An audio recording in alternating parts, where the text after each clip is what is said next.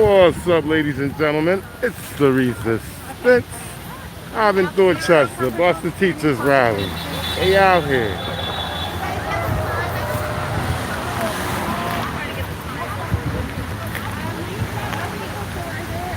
That's way over 4%. Way over 4%.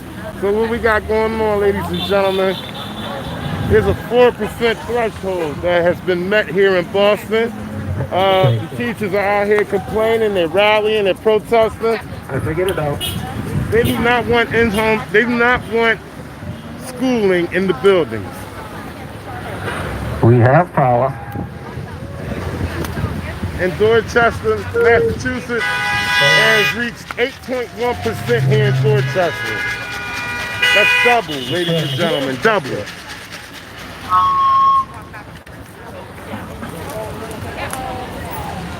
Yeah, I'll need a speaker on. Okay.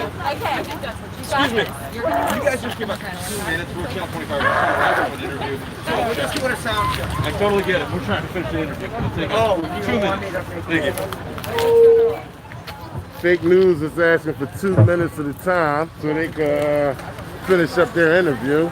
This is real news out here, ladies and gentlemen. How y'all doing? Who's the real news? I'm the real news. I'm the real news. No cutting, no editing. Just straight up real news. See, them guys over there, they going to chop it all up. You understand what I'm saying? How do you get out to the public? I'm on YouTube, The Resistance. I do police accountability, but when it comes to matters like this, I'm here as well. What's your name, sir? My name is The Resistance, but they also know me as Jay. How you doing? Mine Al, sometimes Boris. Nice to meet you. Nice to meet you. Thank you. Thanks for being here. No problem, no problem. So fake news just asked these guys for 2 minutes so they can wrap their interview up. And then we're going to get started with this rally. Let's see what the teachers have to talk about. How you doing today, sir? Are you a teacher? Well, I'm a supporter. You're a supporter? That's good. Glad you out here.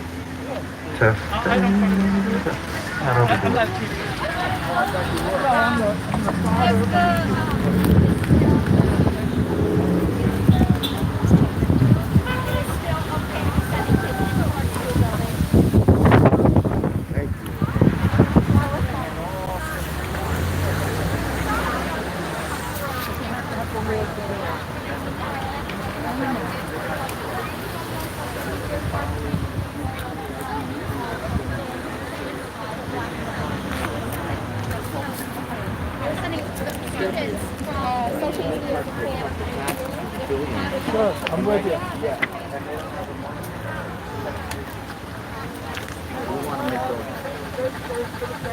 You want to make drawings? Really?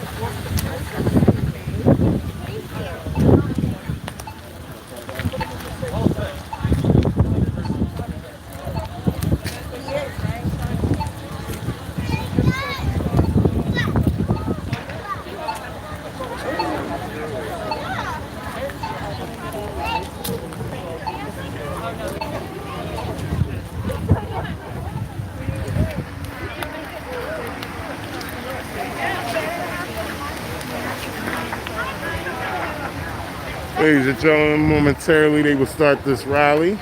How you doing today, man? What's your expectations after today? I hope that, the mayor can hear our concerns that the buildings need to be safe for everybody to be in. And for me personally, as a parent of a child who goes to Boston Public, I want the teachers to be staffed, the right way, that they don't have to be expected to be teaching the remote kids and the in-person kids, at the same time, because I just think it's impossible. So what are your feelings that the city said once they meet their 4% threshold that they would be more safer, and now I just seen the sign that said it's double, 8%. Yes, we live in Hyde Park, and I couldn't believe the rate right now is at 8.2% in Hyde Park, and it's just not safe to be in school right now. Right, and 8.1% here in Dorchester. Yeah. Wow, and they're still continuing in schooling. Okay. They're still going to continue in schooling, and that's double of the percentage that they said they was going to. That 4% was 8% is doubled in the 4%, And they said once they reach 4%, they would, you know, start doing safer things. Yes. Definitely safety first, yes. Thank you. You want to use it? It's all about keeping our children safe. That's right. It's all about keeping our children. How you doing? Good, how are you? What are your expectations after today?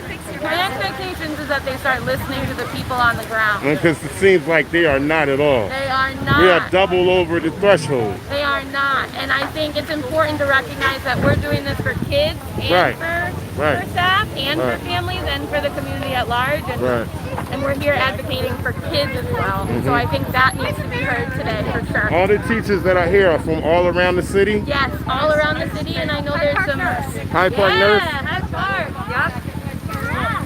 Keep our children alive. And what's your expectations after today? My expectation of today is for the mayor, who is the direct superior to Dr. Casilius, to create safe spaces in our buildings. And I also want to see teachers provided with respirators. Nurses are given 5 for the entire year. I have no idea when I'm getting more. I have to reuse them.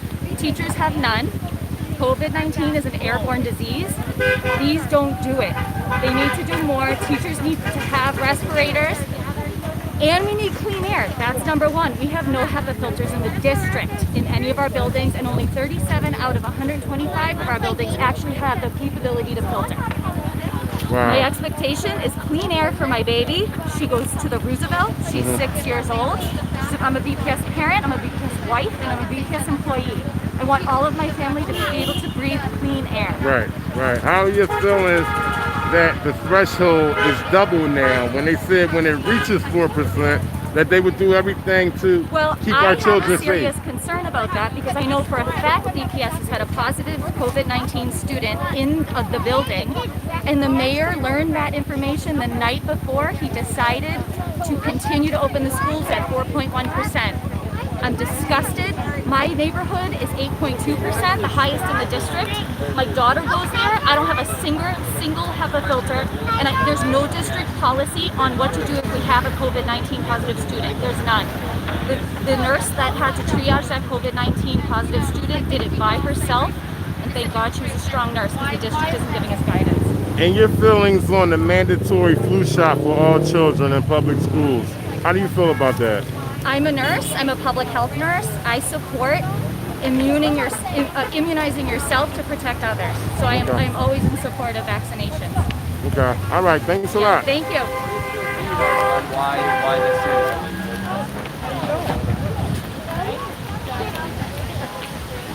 is. Shout out to Leslie Silva. Free blind justice, ladies and gentlemen. Free blind justice.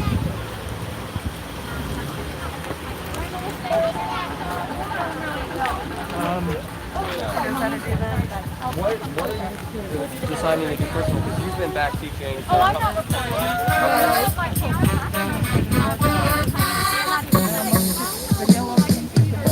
Music is a world within itself.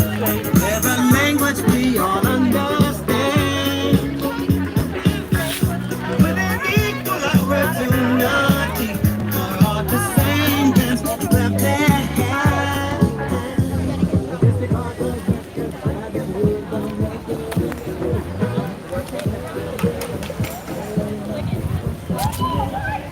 It doesn't make any sense. So most of the kids that are in here, it's been years. Want that one? No. That one? Yeah. Thank you. Thanks a lot. All lives matter. All lives matter. Yeah, but we always forget. Huh? Yeah, we appreciate it.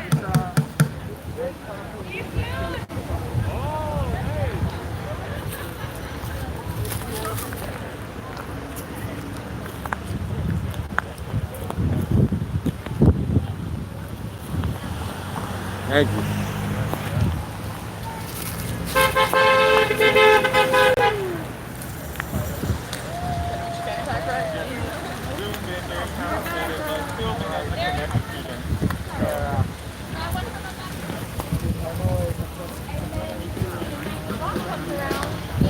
I'm a science teacher, so then the kids in front of me might be in math class, and I'm teaching my science class, so I'm on my Zoom, they're on their Zoom, learning from a different teacher, and we're all just talking over each other with masks on.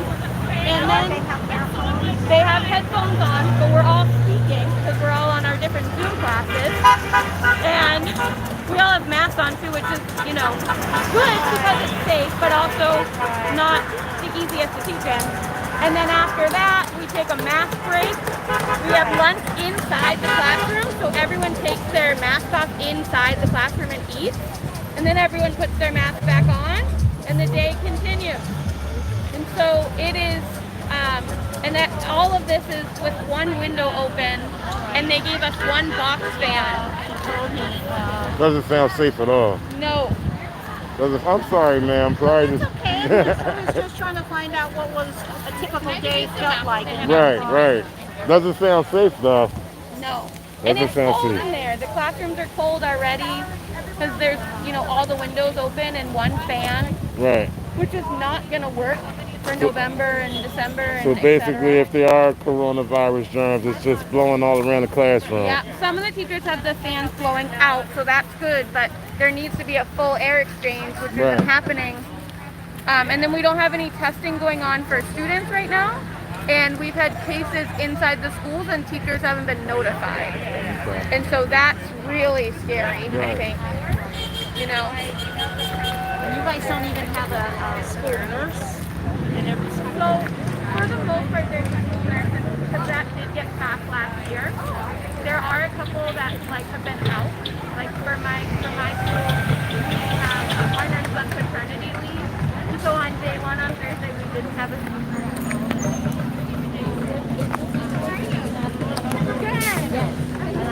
Gotta catch up sometime. I know, right? So you're 311. I am. Do you know Karen? Some people like to think you don't need that. No,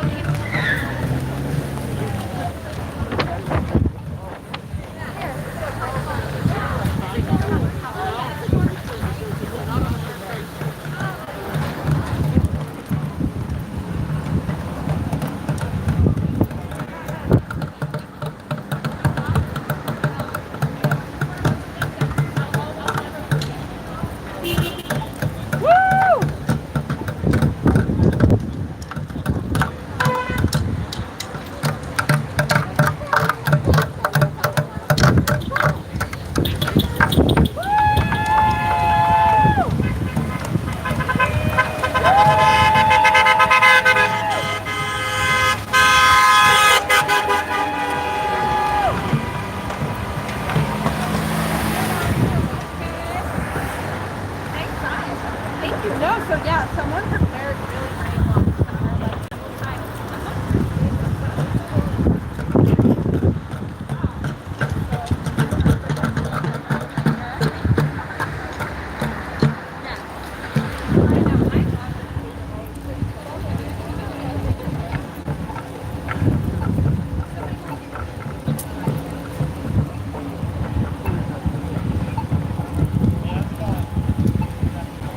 Did you talk to the nurse? Did I go? They just asked me. I'm the real news out here. You can talk to me though. I'm the resistance. I'm on YouTube. Nothing is edited. Nothing is chopped up. Actually live right now. What are your expectations after today? Oh my gosh, I just hope that the mayor really understands that this is a dire problem and that we really need to shut the schools down until absolute safety can be guaranteed. And your feelings of the threshold being doubled when they said once it reached 4%, they would take safe measures. How you feel about that? Well, they have to stop at 4. It was in the MOU that they would stop at 4. And that says 8.2% in Hyde Park. Exactly. And Mattapan is 5.1. 5.1. So those schools should not be open. Wow. Only the highest safety schools in the city. Sounds like a lawsuit to me. Well, there is one there anyway, so that's why the BTU put the injunction forward. Okay. Thank you for your time. Welcome.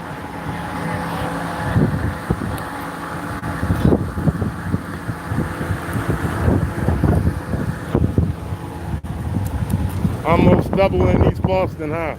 What are your feelings on that? I'm really concerned. I'm really Right. concerned about our students being sent back into the classrooms before we have conditions that are going to be safe. Right. being as though it's double, in some places over double the threshold, and it's like they lied to us. I smell a lawsuit. How about you? I think the lawyers are already dealing with that. The language is complicated, but I felt like the message was clear. If we come over 4%, that's not safe for the students, it's not safe for the teachers. The expectation was that we would have distance learning until we could have safer conditions. And how do you feel about Marty Walsh's standpoint on this? I'm it seems like he's optimistic. riding the fence. I'm optimistic that he's going to do what's right, that he's going to do what's right for the city, for the students, and for the teachers. All right, that's good. Thank you. Yeah, thank you. Optimistic, ladies and gentlemen. He's optimistic of Marty Walsh.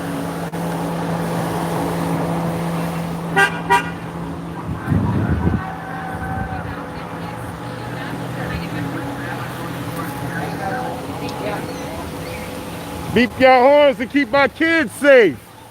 Beep your horns to keep our kids safe if y'all care. If you care about the kids, beep your horns. If you care about the kids, beep your horns. Let's keep our kids safe.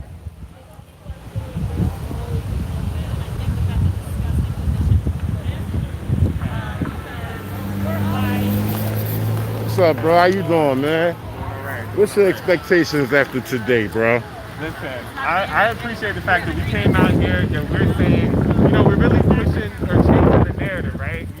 I think, not even I think, but, leadership in the district, in the city, the mainstream media are trying to push this notion that somehow teachers versus students and families. It's not true. I mean, hell, teachers are part of the community. Right. Teachers are also parents and caretakers.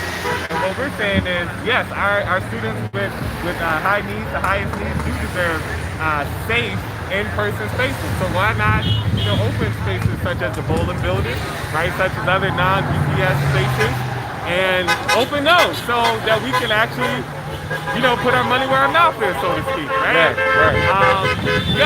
We're just out here trying to do right by our students, families, staff, and colleagues, and each other, right? Because the reality is, I'm not trying to be funny or trying to be dramatic, but you can't teach if you're dead. That's true. You can't teach if you can't breathe. Can't teach, you can't breathe, right? Nor can our students learn if God forbid something happens to any of them or their loved ones. Right. I mean, come on now. We know that people of color, because we are more communal and more collective, a lot of us live in multi-generational households and communities, right? I've had students personally tell me, I'm afraid that I might, if I contract it, I might give it to my grandma, my abuela, whoever, right? Come on. We know these things. Right. So why not just call a spade and be honest and direct about it? Right. And then do what's right so that we don't waste time. True. Listen, your feelings on the threshold being almost over double in certain areas in Boston. How you feel about that? And the schools are still continuing to do in schooling, or they're still in the process of doing it. How you feel about that? I'm upset about that. Yeah, I mean, I am too, right? Because, for example, I live in Dorchester, right? A lot of my students live in Dorchester, Roxbury, East Boston, right? The rates are, a lot of us know the rates. And so to not really acknowledge that, or to try to pretend as if we don't know what's going on. Right, and ignore it, but lie and then ignore it. Right, and also to somehow either implicitly or explicitly blame our families and students who live in these areas if it's their fault, when it is the fault of the shambles of the healthcare system, if we can even call it that honestly, that we have here, right? Whole other conversation. But in any case, that's what I wanted. Once again, call a spade, right? Let's not pretend as if all of our neighborhoods and communities in Boston are all treated the same and all are affected the same. Right. By COVID-19 or just by, just in general, right? Because that's not a crisis of COVID-19, but, we're talking about economic crisis, we're talking about, and some people say a crisis of racism, and some people call it a public health crisis, including, correct me if I'm wrong, but the mayor of the city calls racism a public health crisis recently as well, right? Well, if it is, once again, where I'm from, as we say, put your money where your mouth is, right? Don't just talk about it, be about it. Yes. So, I tell you what, we know who's out here and who's not. Right. I was expecting a big turnout. I was expecting a big outcome, with people coming out here. I was surprised to see not so many teachers out here. What do you think about that? You think people are like fearing for their jobs as well? Don't want to be seen out here? Right. I think so. I think that's definitely the case for some people. I think particularly for some, not all, but some younger teachers in particular, maybe new to the district, maybe don't have tenure, right? Who may feel as if, the district may retaliate against them, right? Right. The letter that Superintendent, Caselius recently shared with principals and with teachers certainly did not help when talking about so-called, insubordination if teachers didn't show up, even though, according to the MOA, right, positivity rate is above 4%, clearly, we know this, and so that means that, we read it in the MOA, right, so I think that that's definitely part of it. I also think some people just might be running late. It's also a factor. But what I will say, people who did show up, who do find this to be important, who were able to be out here to show some solidarity and support in other ways, thank you, appreciate you, and let's keep fighting for what's right. Right. For first and foremost, our young people. Right, it definitely has to be. One more question. What do you think happened when the pandemic reached the 4% threshold and they continued? What do you think happened? Because before that, so once we reached that 4% threshold, we would take all the safety precautions necessary. And I'm looking at signs and it's double. What? I know you don't know exactly, but in your opinion, what do you think happened? They just swept it under the rug and said, well, let's see how far we could go with this? Yeah, it's definitely, again, going back to this point of the economic crisis that's happening, right? That's been happening for months now.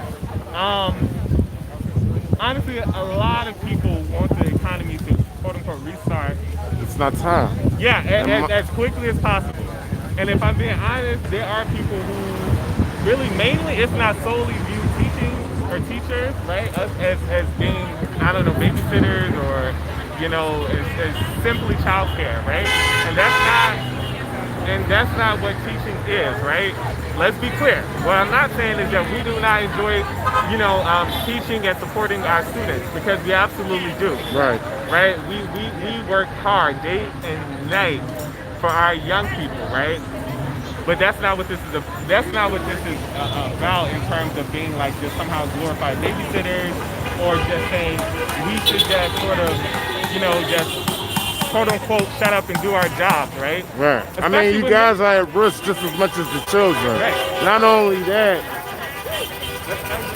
you guys could bring it to the children could bring it to you, and it's already said that people are older, at least 35 on up, are more susceptible. Yeah. And it's just like, what are they trying to do? They trying to infect the whole city purposely? Like, and then I have another situation where it's everything, the flip side to it, everything shut down because of the pandemic, and it's causing problems with us getting business done. People got to go to court. People got to handle other things and everything. It seems to me, if you ask me, I think it's part of the plan. Part of the plan to shut down the people with the public. That's just my opinion, but it's just, it's problems on both sides of it. If we keep it shut down, which seems though we have to, the numbers are right in front of our faces, but if we keep it shut down, how are we going to move on in the future? Like, how long is this going to be shut? It's crazy, man. It's crazy. Yeah, it's crazy. I don't know how long this will be shut down, but what I will say is that, like I said, we got to do right by first and foremost our students and families. Definitely. And, trying to pit teachers against students and families and communities that we are a part of, by the way, many of us are a part of also in different ways, that's not the answer, that's not the solution. And one of my fears is that if we continue doing what we're doing and people not practicing, safe ways with this coronavirus, it may turn into a super virus, just like AIDS can. You got two unprotected people that continue to have sex with each other that have AIDS. It turns into a super virus. Oh, trying to see if we're getting started right now. I don't know if they're just drumming or not, but yeah. But I would say again, just the message is we're out here because we're demanding, advocating for.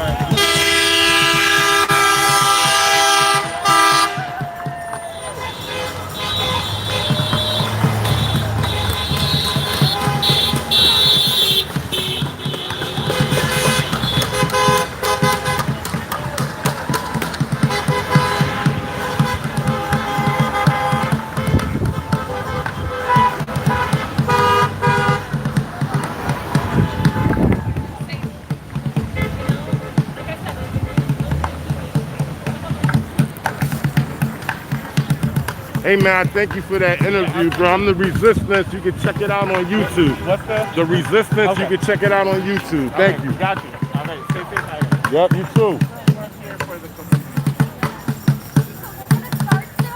Make your way over, and then where? Is that JD?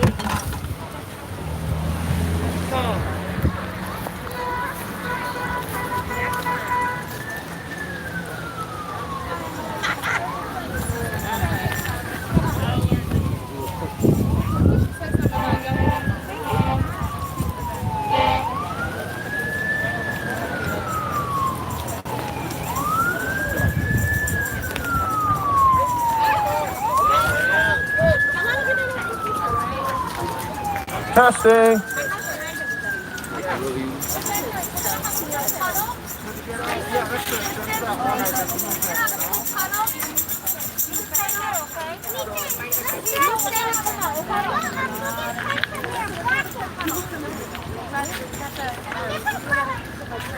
Huddle for the speakers. To the right, stage right.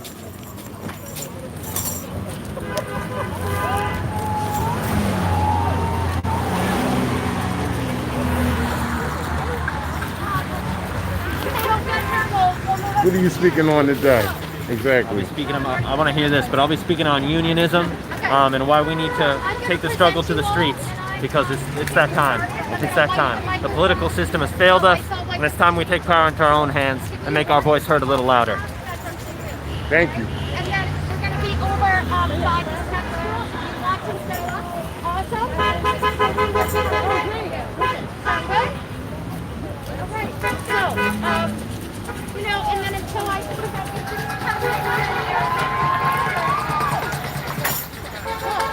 Thanks, Kelly. Yeah. What's up, bro? How you doing?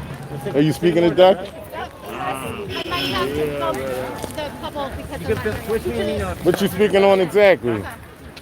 Good skills.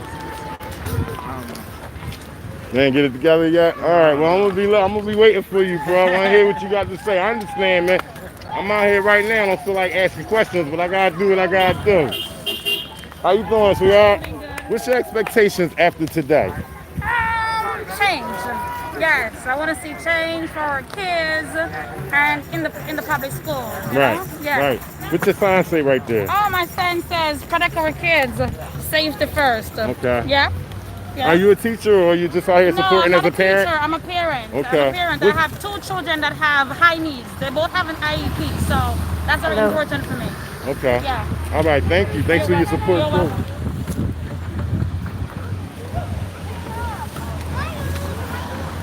If you are not a speaker presenting today, can you definitely head to another corner, social distance, make our presence known on all corners. Again, we're kind of reserving this space for press and for people who are presenting today.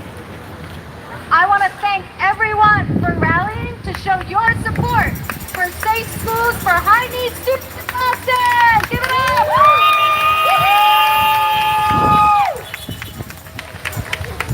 My name is Callie Lee. I'm a second grade teacher at the Conley School and a proud parent of a child with special needs. My colleague, Heron Russell. Heron, where are you? Give it up for Heron! Woo! Hello.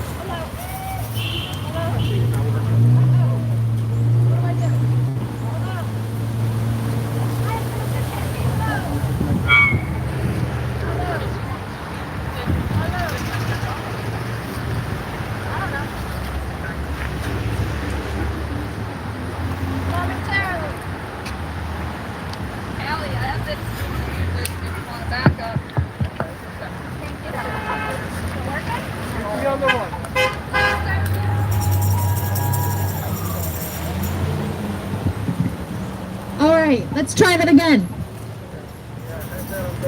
We have organized this event with the help of many others and all of you because we believe that the superintendent and the mayor are disregarding the voices of the majority of teachers and parents that are the heart of this community.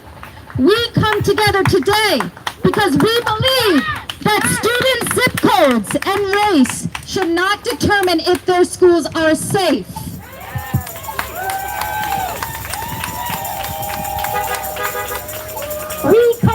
together today to breathe. We come together today to breathe life into words like anti-racism and equity.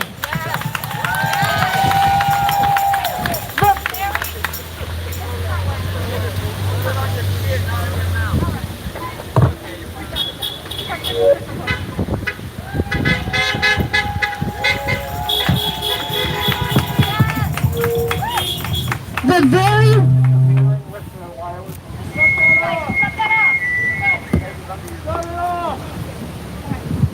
We come together to breathe life into words like racism and excuse me, let me start again.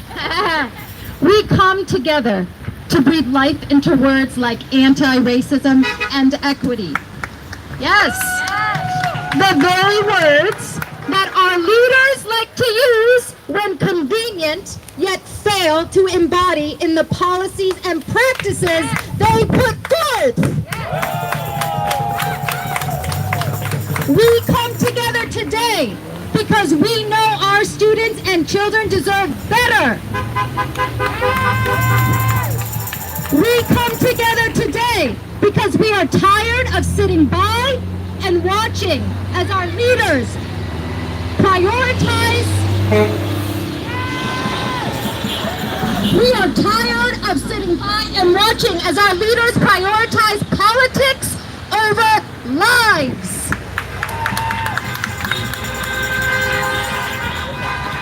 It is truly, truly remarkable. Woo!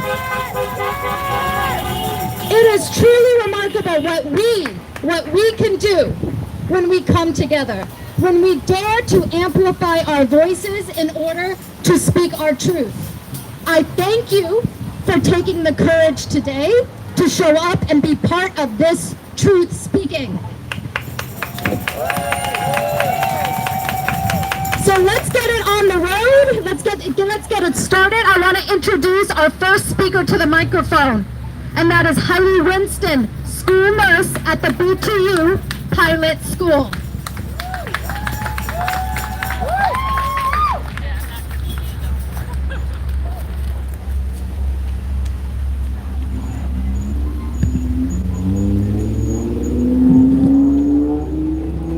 Good afternoon.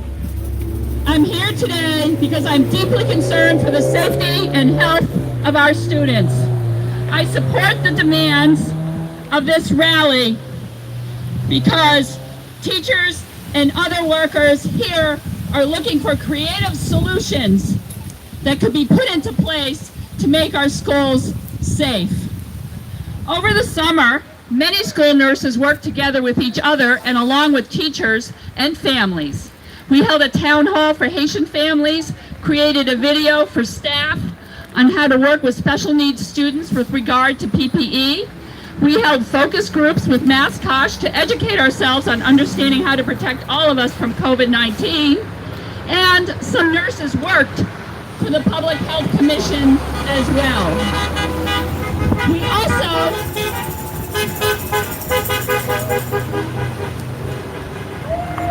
We also reached out to the superintendent and health services.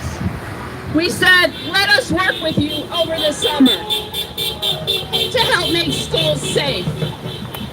They did not respond to us until after we held a demonstration at City Hall Plaza.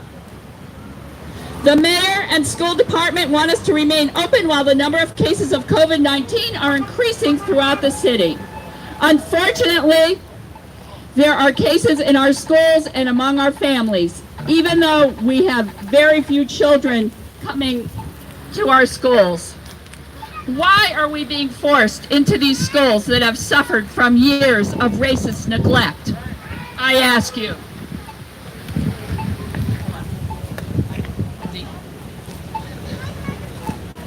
What we are fighting goes way beyond the school department, beyond Mayor Walsh, and beyond Governor Baker, who is pushing schools to reopen without enough safety measures. What we are fighting goes all the way to the White House. We have a president who not only totally denies science and who actively fights against taking the proper actions to stop COVID-19, but who also promotes racist and fascist organizations. And we have a whole system that's also been ruled by a liberal elite that allowed the wealth of our society to be channeled into oil wars and rich corporations at the expense of schools, hospitals, public health, and housing.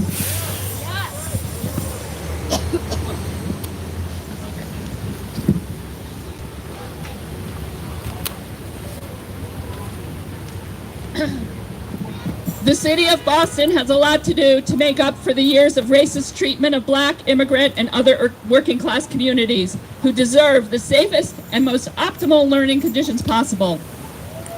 While we all deserve to come to school knowing that the city and school department have done all they can to make our schools safe for learning, we know that they haven't. Only 37 of our 125 school buildings have an HVAC system filtration capability. The remaining 88 schools have been instructed merely to open windows and plug in a box fan. A HEPA filter for 800 feet squared costs about $150. This is what is recommended to make our schools safer in high-risk areas especially. However, school systems such as Sharon to Lowell are buying these filters for all their classrooms. However, Boston does not want to spend this relatively small amount of money to help prevent more cases of this rabid virus.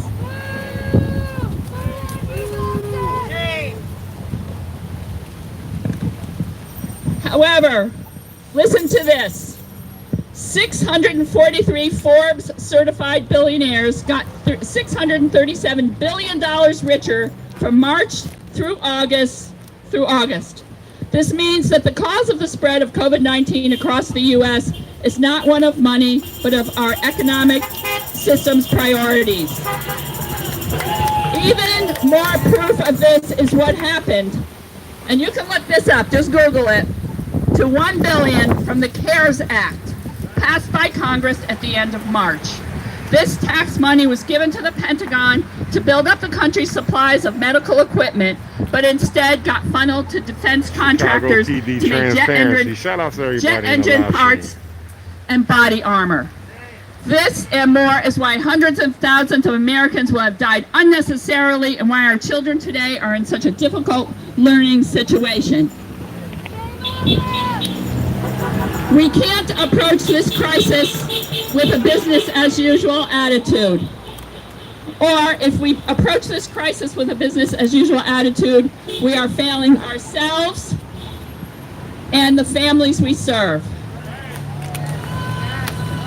When coronavirus was at its height last spring, nurses and doctors and other healthcare providers were demonstrating outside the hospitals, refusing to compromise with sickness and death.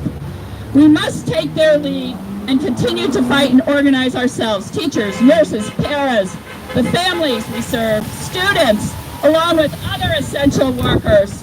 You know, remember the Amazon workers out there demonstrating? We need immediate action to make the schools safer for reopening. I would like to just mention a couple of other demands to add to these that we have here today, and one is that we need universal rapid testing, and we need to hold the Boston Public Health Commission accountable, because they are appointed by the mayor, by the way, and they, in my opinion, are not doing their job. We do need these HEPA filters. They make it safer, not fully safe. We need more N95 masks for all who will need it, and the nurses, by the way, we have them, but there aren't enough, and some got masks that didn't fit.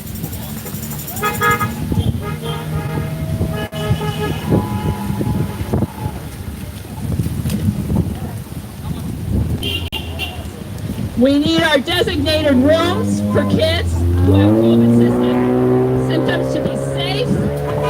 They need to be set up properly. We were doing this in the very last minute. It was very nerve-wracking. We need accommodations for staff who have health problems or their families have health problems. The city's threatening people and giving people a really hard time about this. And we need, just like the leaders here today are asking for, alternate use of buildings that are safe.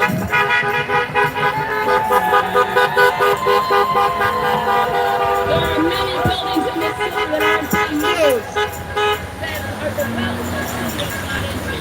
We should be able to use them for school. I thank everybody. Continue to fight back. Don't get tired.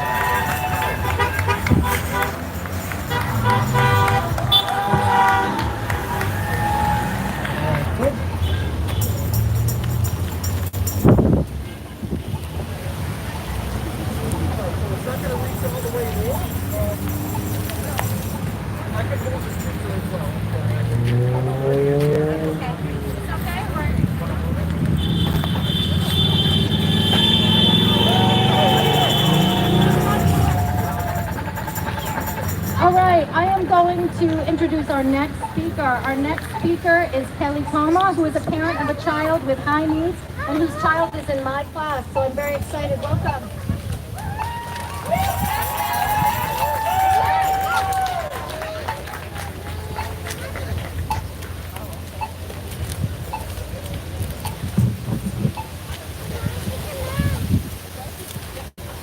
How's everyone doing?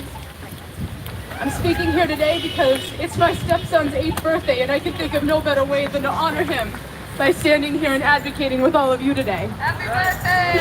Thank you. Having a child with special needs in the Boston public school system is already difficult, but combined with this pandemic has been incredibly difficult. There are children that don't have even a quarter of the support and advocacy that our little guy does. He has 4 parents comprised of me, his stepmom, Shout out his to stepdad, Geo Hot. a black father, and a Latina mother. Why is this important? Our family has had personal experience with systemic racism as it pertains to the quality of the education that our little man has received. And now we as a family are standing together here with you today. Our little guy has had significant speech delays his entire life and was recently diagnosed at Children's with a language and communication disability and disabilities in both writing and math. He has been on an IEP since preschool. He is what Boston Public would be considered a high-needs student. He thrives on repetition, personal attention, and requires in-person learning to stay focused and to understand basic fundamentals. For years now, I have sat back and watched as the BPS administration tried to box him in and make him fit into a mold that he just didn't fit into. Sorry. Unfortunately, the school administration tends to steamroll over parents of color, assuming they do not know or understand what's going on. They see my stepson as a little boy of color and place him in a box and move on to the next child. It was only when his stepfather and I, who are both white, stepped in, started questioning things, whipped out our extensive vocabulary and novel long emails to convey our concerns that we finally got the school's attention. The level of respect that the school administration gives to me compared to my husband is noticeable, to say the least. I say all this to demonstrate to you our long-standing struggle and to give you perspective. Last week, our little guy went to school in person for the first time since the spring. And as you can imagine, how Shout out excited to he must have Savage been. Audits. When I received a phone call from his mom saying that AJ wanted to speak to me and tell me about what a horrible day he had, I was shocked. He got on the phone and told me he didn't like it because his desk was moved out of the classroom and into the hallway by himself. I was floored because he never has behavioral issues and I needed to understand. When I spoke to Callie, she informed me that the teachers were trying to teach both in-person students and remote students at the very same time. Let me make that clear. There is no differentiation between in-person and online learning. These teachers are forced to find a way to do both at the very same time, all while trying to pay close attention to the special needs children in their classroom. When I spoke to the teacher, she told me the classroom was too noisy for my stepson to receive his required speech language. So they moved him. When I said, where was his speech pathologist when all of this happening? And this is my favorite. She said that she was remote. My stepson was physically in the building, but his pathologist was not. Shout out to We Banana. made the difficult decision to send him to school in person, knowing the risks, because of our fear of him being behind, but his therapist was not in the classroom with him. It forced us to reevaluate everything, and after only one day of in-person learning, we made the difficult decision to pull him out and put him in the remote-only option. How could we continue putting him at risk in a building that we know isn't fit for any student, only to have him not receive the education that we are so desperately chasing for him? We couldn't. There are so many things wrong with this. No family should ever have to choose between the safety of their children and the quality of their education the way families of special needs children have had to. More than that, since when are special needs students not prioritized? I love numbers. I love numbers. Let's look at the numbers. As of October 1st of 2019, 11,465 students were enrolled in special education programs in Boston. Do the math. This accounts for 21% of overall enrollment in the state's largest district. How can we not have a plan for these kids? How can we not be angry? How can we not advocate? Knowing that what we do know is that there are safe schools in Boston that are sitting empty when they could house these students safely. Knowing that other large school districts like Quincy Public Schools are taking special needs children in person safely at their newer schools where there is proper air circulation and ventilation. These students are being taught by dedicated teachers, not teachers pulled between in-person and remote learning simultaneously. It is being done in other districts, and we need to have it done here in Boston. I would like to address Mayor Marty Walsh directly.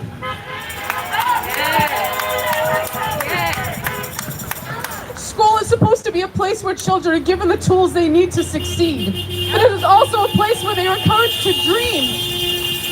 They are encouraged to attempt the impossible. Seasoned educators tell them to dare to dream and tell them that they can be whatever they want if they just work hard and put out the effort. They teach our children that together anything is possible. Why then, Mayor Walsh, are you not fulfilling your responsibility by demonstrating these values to our children? Why are you saying that it's not possible to fulfill the needs of these special needs kids? With hard work, Shout outs to the with news. thinking outside the box, with a little bit of ingenuity, we can accomplish this. We are seeing it successfully happen in other school districts all over the state, and we are standing here as parents ready to put in the work. Teachers are standing here ready to put in the work. We know you hear us. How could you not? But are you really listening? The 21% of special needs students in Boston need you to listen. Work with your school administration. Give these kids the resources and safe in-person instruction until they desperately need. And until we know you're listening, we will never, ever be quiet.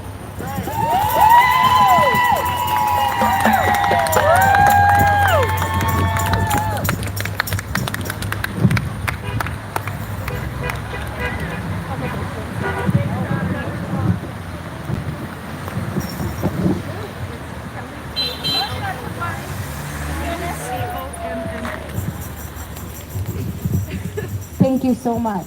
Our next speaker is Melissa Quinones, who is a BPS parent and a BPS clinical coordinator at the Orenburger. Come on.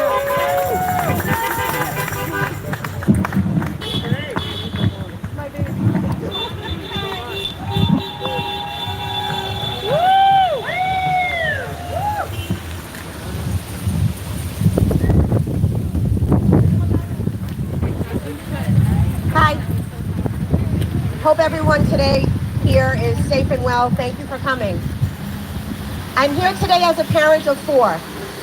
2 current BPS students, 1 alum, and 1 soon-to-be kindergartner. I'm also here as an employee, serving students with special needs for more than 20 years in Boston Public Schools.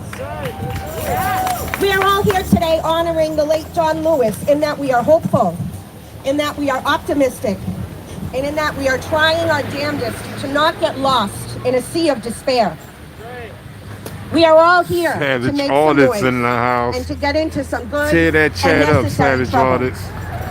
Tear that chat up, bro. My home children don't fall into the high in-person priority category, but my school children do.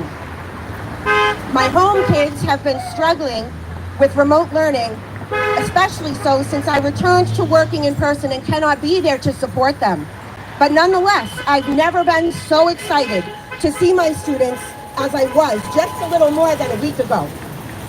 But since returning in person, even as part of an exceptional staff community and with the leadership of an extraordinarily supportive principal, it has been consistently and extremely challenging. I, along with all of you, many other dedicated colleagues, and the students and families of this city, am struggling. We are all struggling.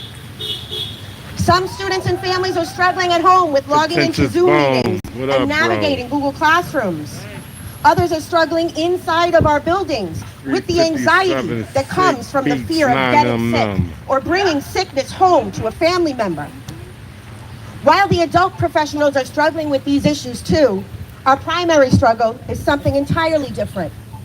We're struggling to make sense of a decision from our leadership that indicates we, as an organization, care more urgently for keeping up appearances and gaining public approval than we do for providing services in ways and spaces that are known to be the safest for all. We are struggling with an unfulfilled need for a clearly defined threshold for returning to fully remote learning, particularly for our high in-person priority students, many of whom are coming to us from communities well above the previously agreed upon 4% that's been so blatantly disregarded. We are all struggling with how to be most effective and most useful to all of our students, with the unreasonable expectation to teach remotely and in person at the same time, weighing heavily on our shoulders. Most families, mine included, want their children in school so we can all return to feeling some sense of normalcy. We all understand that many families need their children to receive services that are most effectively delivered in person. We understand that many families need their children in school for the very purpose of maintaining their livelihood.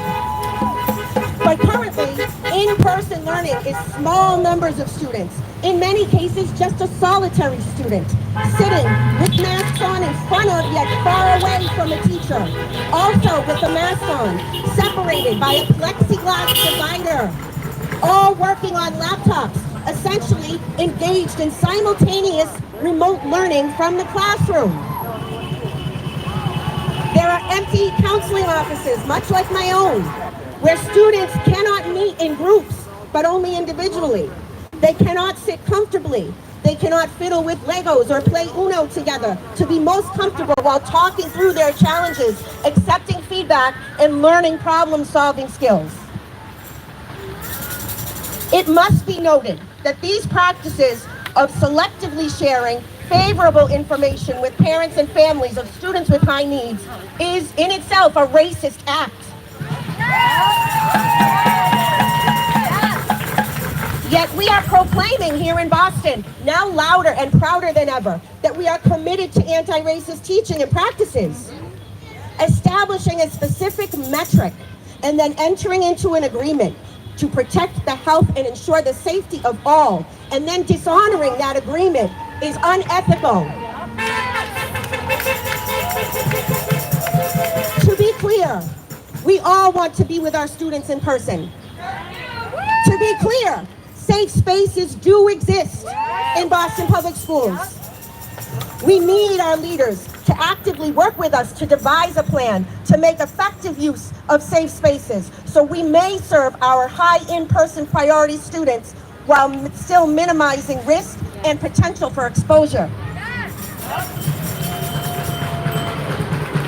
John Lewis also told us, when you see something that is not right, you have a moral obligation to say something, to do something. Our children and their children will ask us, what did you do? What did you say?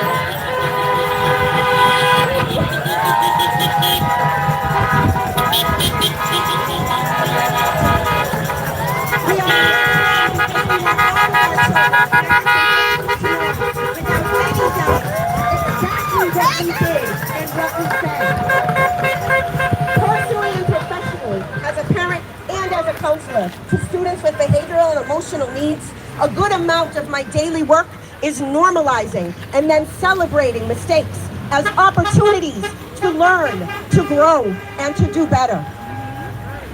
Mayor Walsh and Superintendent Cassellius have made a grave mistake in breaking the agreement that they made with us all. In the wake of that mistake, I remain hopeful that we can commit to treating one another with grace, to assuming best intentions, and to working together to make things right. I remain optimistic that our leaders will understand that it's not too late to do better by our students and families moving forward. If they need some guidance regarding how to do that, I know many of my students could certainly be their example. It is indeed those students that keep me from getting lost in a sea of despair.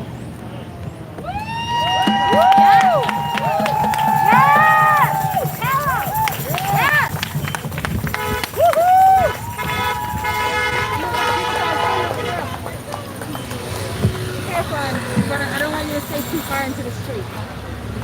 All right, I want to welcome our next two children in DPS, one of which is Eileen. No, I'm a clinical coordinator. I'm a counselor. I'm a social worker, however you want. If it does. Warringer. Who's his son? I know Krishna. He's a sweetheart. Where is he at now? Hi everyone! I'm here today because I have two high-need students in Boston Public Schools. And trust me, when I heard about this rally today, there was no way I could say no, because I got home last night at 7 o'clock and I got the call about this rally today, and there was no way I could say no. I have to show up at last minute. I don't even have a speech with me. But listen, when I go to work 12 hours a day and I get home at night and I ask my kids, what did you learn today? Nothing, mommy. Or I don't remember, mommy. You know, at first my kids were raised in hybrid. I took them out and I put them in remote learning.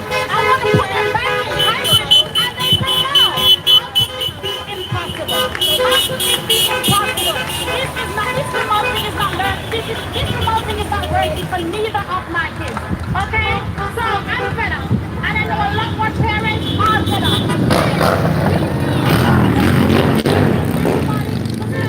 And help us. Thank you.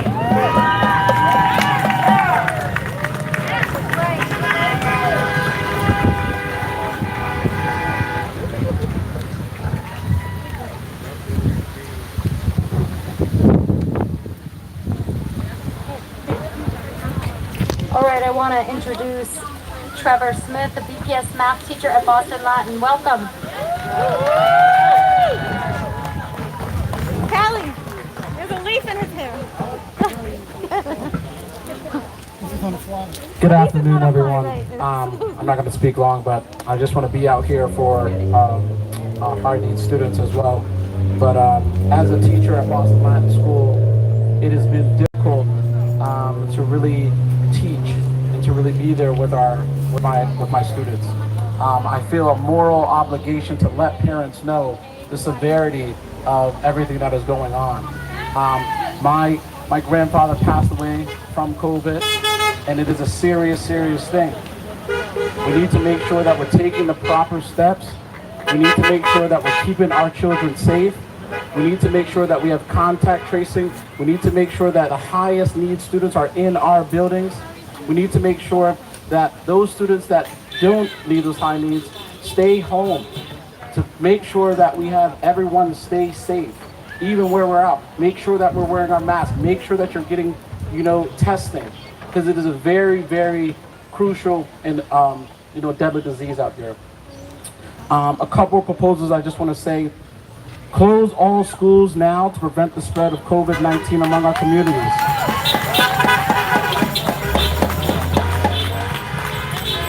Again, allocate the safest buildings in our district, the bowling building and non-BPS buildings through community partnerships to provide in-person services for our high-need students. For our teachers, continue to create a staffing model that provides and designates in-person staff for our high needs students. All of us do not need to be in there. Let's create a staffing model, be innovative. And lastly, all other students and teachers should be engaged in remote learning. Allow us teachers to focus on remote learning and make it the best that it can be possible for our students. Call 311, call the superintendent, call the mayor, let your voices be known.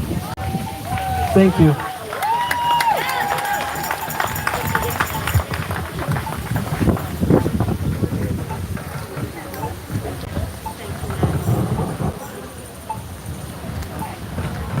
Thank you so much, Trevor. Next up is JD, a teacher at Charleston High. Come on up.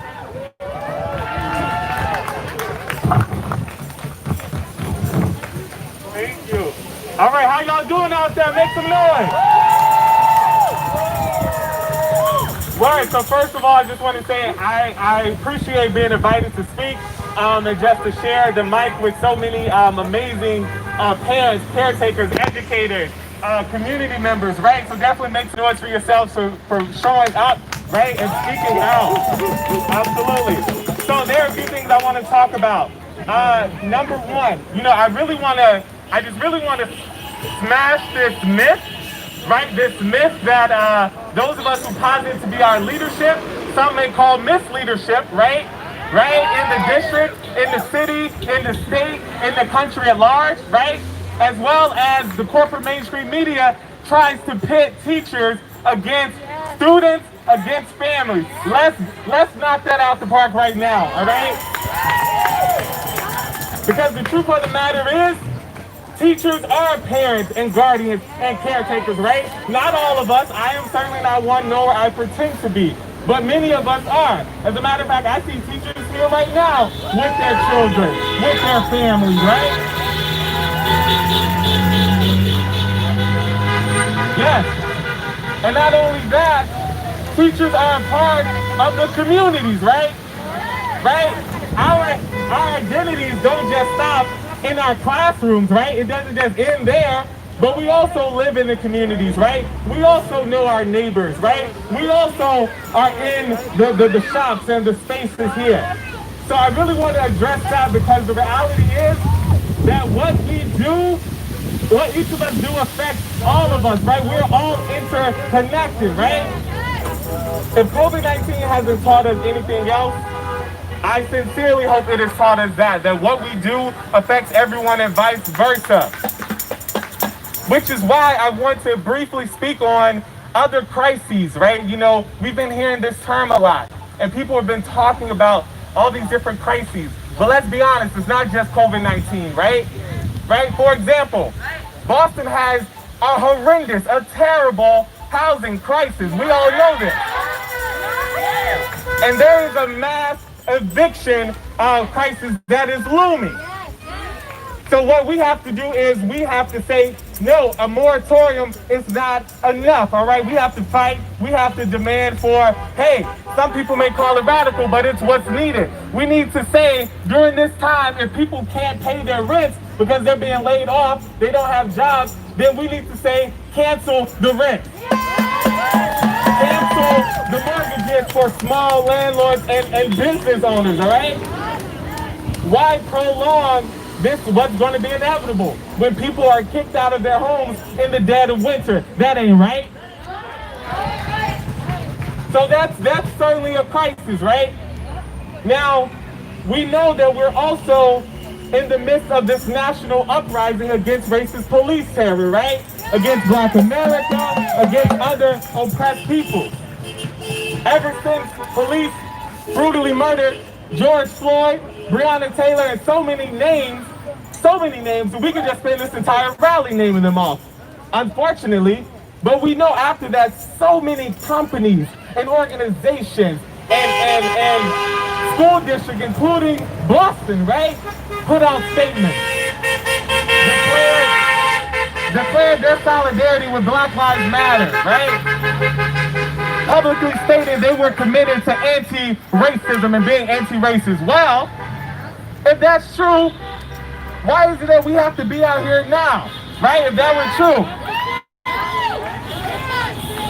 why is it that we have to demand to have actual safe spaces, right, for our highest needs students, which we know are disproportionately Black and brown and Asian and Native children?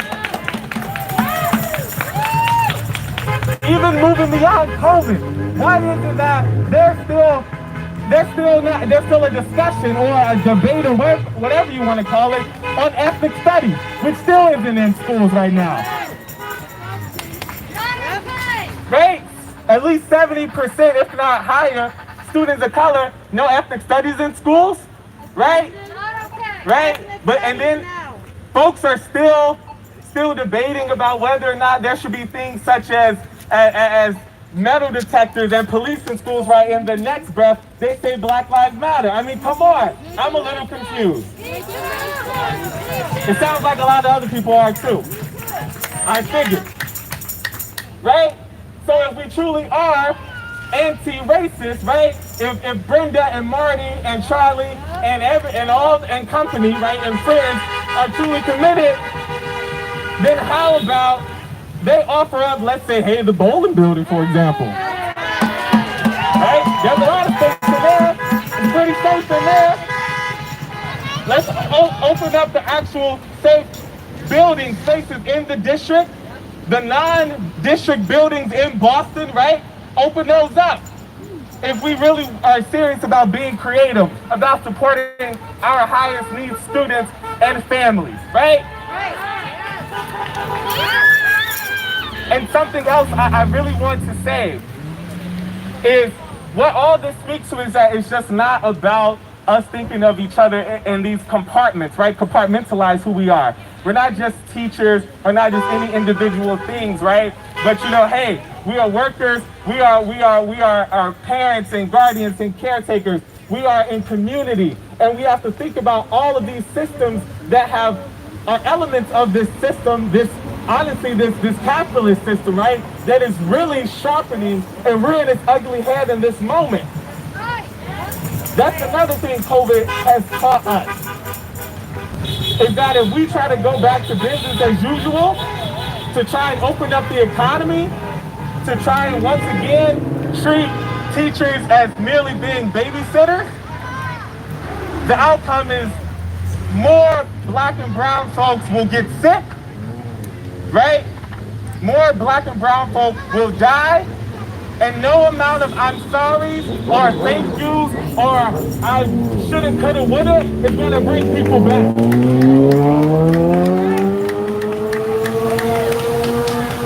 You know, I had some of my students tell me over the summer in summer school, JD, you know, I'm scared to go outside, or I'm scared to go to the park, or I'm scared to go back to school because I don't want my grandma or my uncle or my whoever to get sick, to die. Because we know a lot of our students as families, right? Again, people of color primarily, a lot of us live in multi-generational households, in communities, right? We're very collective, we're very communal. So we know these things. So let's call a spade, and let's be honest. Because lives are on the line and time is a-ticking. And finally, I also just want to shout out our parents, right? So let's make some noise for parents.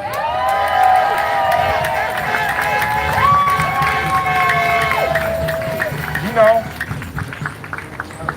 I would say, you know, as we know, parents do so much work, and they're also mistreated just like teachers, but I would say even more so, right? Because they don't have that title.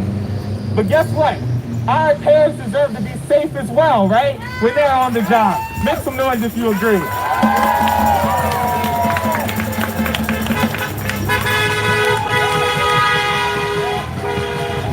And so honestly, I just really want to just share those points with us, because it's not just about our schools, but it's about all elements of our lives, all right?